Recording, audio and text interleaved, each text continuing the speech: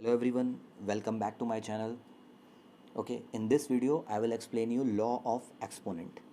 Okay, यानी कि जैसे हम लोगों ने पार्ट 1 में एक्सपोनेंट के बारे में देखा था, अब पार्ट 2 में हम लोग लॉ ऑफ एक्सपोनेंट देखेंगे। लॉ का मतलब होता है रूल्स, यानी हम लोग इसमें रूल्स के बारे में सीखेंगे। यानी कि जितने रूल्स मेरे बने हुए हैं एक्सपोनेंट को सॉल्व करने के लिए, वो रूल्स के बारे में सीखेंगे। टोटल 9 रूल्स हैं, तो उन 9 रूल्स के बारे में डिफ़ाइन करेंगे और उन सब पे एक एक एग्जांपल्स भी सॉल्व करेंगे। Is that clear? सो सबसे पहले चलते हैं हम लोग रूल नंबर 1 पे। रूल नंबर 1 क्या कहता है? रूल नंबर 1 बोले चाहे लॉ नंबर 1 बोले, दोनों का मतलब सेम है।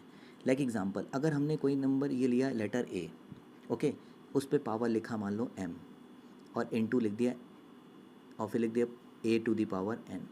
तो जब हमारा, इसको बोलते हैं हम लोग, सबको पता है कि इसको हम लोग बोलते हैं बेस। क्या बोलते हैं? बेस। और इस दोनों को जो सर्किल हमने किया, इसको हम लोग बोलते हैं पावर। क्या बोलते हैं? पावर बोलें, एक्सपोनेंट बोलें, इंडेक्स बोलें, सबका मतलब सेम है।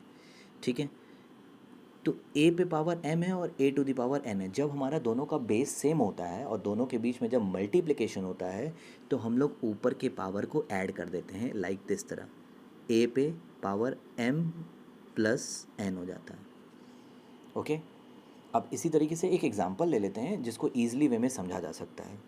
देखें एग्जांपल, लाइक एग्जांपल, अगर हमने एक एग्जांपल लिया 2 पे 4 इंटू 2 पे 9 लिया। अब दोनों का बेस क्या है? सेम है, तो हम लोग 2 का 2 लिख देंगे और बीच में क्या हो रहा है? मल्टीप्लाई, तो दोनों के टर्म्स को ऊपर को ऐड कर लेंगे, 9 प्लस 4।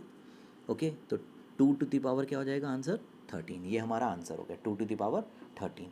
जब दोनों बेस सेम होगा और बीच में मल्टीप्लाई होता है, तो ऊपर के एक्सपोनेंट्स जो होते हैं, एक्सपोनेंट बोले, पावर बोलें या इंडेक्स बोलें, दोनों के दोनों क्या हो जाते हैं? ऐड हो जाते हैं। ये हमारा रूल नंबर 1 होता है। अब हम लोग नेक्स्ट रूल की तरफ बढ़ते हैं, रूल नंबर 2। अब रूल नंबर 2 देखते हैं क्या है। तो रूल नंबर 2 ये कहता है, रूल नंबर 2, जिसको लॉ नंबर 2 भी बोल सकते हैं। जैसे मान लो हमने a to the power m लिखा, divided a to the power क्या लिखा? n लिखा। अब देखो दोनों का बेस सेम है, तो ऊपर के पावर क्या हो जाते हैं? माइनस हो जाते हैं। एक एग्जांपल ले लेते हैं। एग्जांपल, जैसे हमने लिया एक example 6 to the power 4 divided by 6 to the power 2। अब दोनों के बीच में डिवाइड हो रहा है और दोनों का बेस भी दोनों सेम है, तो हम लोग क्या करेंगे? 6 इज इक्वल टू 4 माइनस 2, तो इसका आंसर हो जाएगा 6 टू दी पावर 2। तो इस तरीके से हम लोग रूल नंबर 2 के बारे में जाने कि रूल नंबर 2 क्या कहता है, कि जैसे अगर ए टू दी पावर m है और ए टू दी पावर n है, तो हम लोग क्या करेंगे कि दोनों का बेस अगर सेम होगा तो ऊपर के जो पावर होंगे वो माइनस हो जाते हैं। तो ये रूल नंबर 2 है। Is that clear? अब रूल नंबर हम लोग 3 पे चलते हैं। अब रूल नंबर 3 की ओर चलते हैं। रूल नंबर 3 देखिए क्या कहता है। सिंपल सा रूल है, बहुत आसान से रूल हम लोग सीख सकते हैं, और रूल्स आ गया तो एक्सपोनेंट चैप्टर बहुत इजी है। जैसे हमने एक नंबर लिया x और एक नंबर लिया y, मतलब दोनों बेस अलग लिया और उसके ऊपर हमने पावर एक कॉमन लिया m, तो हम तब क्या करेंगे? तो इसको सिंपल सा x to the power m हो जाता है और into y to the power m। ये पॉइंट नहीं है, ये मल्टीप्लाई है। ओके, तो एक एग्जांपल इस पे ले लेते हैं। सिंपली से एग्जांपल से ही क्लियर हो जाएगा कि ये क्या कह रहा है। देखें, जैसे मान लो कि हमने लिया 2, ठीक है, इंटू 3 पे पावर लिया हमने 4, ठीक है। तो ये 2 जो है वो तुम्हारा x है और ये 3 जो है ये y है और ये तो पावर है, तो हम लोग इसको क्या लिखेंगे? 2 पे पावर 4 मल्टीप्लाई 3 पे पावर 4। इस तरीके से हम लोग इसको रिप्रेजेंट कर सकते हैं। अब 2 पे पावर 4 वैल्यू निकाल लो, 3 टू द पावर 4 निकाल के दोनों को मल्टीप्लाई करके तो भी आंसर निकाल सकते हैं, अगर हमारा क्वेश्चन सिंप्लीफाई कहता है तो। अगर हमारा आंसर कहता है कि केवल एक्सपोनेंशियल फॉर्म में लिख करके छोड़ दो, तो हम लोग इस तरीके से एक्सपोनेंशियल फॉर्म में लिख करके छोड़ देंगे। तो ये है रूल नंबर 3। अब हम लोग अगले अपने नेक्स्ट रूल पे चलते हैं, रूल नंबर 4 पे। देखें रूल नंबर 4 क्या कहता है। रूल नंबर 4, रूल 4, तो रूल 4 सिंपल सा रूल है। जैसे मान लो हमने लिखा a पे पावर m लिख दिया और उसके बाहर n लिख दिया, तो इसका मतलब क्या है? जो बेस है, बेस पे भी पावर लिखा और फिर पावर पे भी पावर लगा दिया, मतलब उन दोनों पे। तो हम लोग क्या करेंगे? a पे m इंटू एन कर लेंगे, a पे m इंटू क्या कर लेंगे? n कर लेंगे। तो एग्जाम्पल सॉल्व कर लेते हैं इसका। तो एग्जाम्पल देखें, जैसे हमने ये क्वेश्चन लिया 2 पे पावर 4 और उस पर पावर लिया 2, ठीक है। तो अगर 2 नहीं लिख करके कोई और भी नंबर ले सकते हैं जिससे कन्फ्यूज़न ना हो, तो हम लोग यहाँ पर ले लेते हैं 3। तो 2 पे पावर 4 और उस पर भी 3 ले लिया पावर, ठीक है। तो हम लोग क्या करेंगे, 2 पे 4 इंटू 3 कर लेंगे, यानी कि 2 पे पावर कितना आ जाएगा, 12। तो ये आपका आंसर हो गया, 2 पे पावर 12। ये है हमारा रूल नंबर 4। आई होप सबको क्लियर हो गया कि रूल नंबर 4 क्या कहता है। ओके, अब हम लोग अपने रूल नंबर नेक्स्ट यानी कि रूल नंबर 5 पे चलते हैं।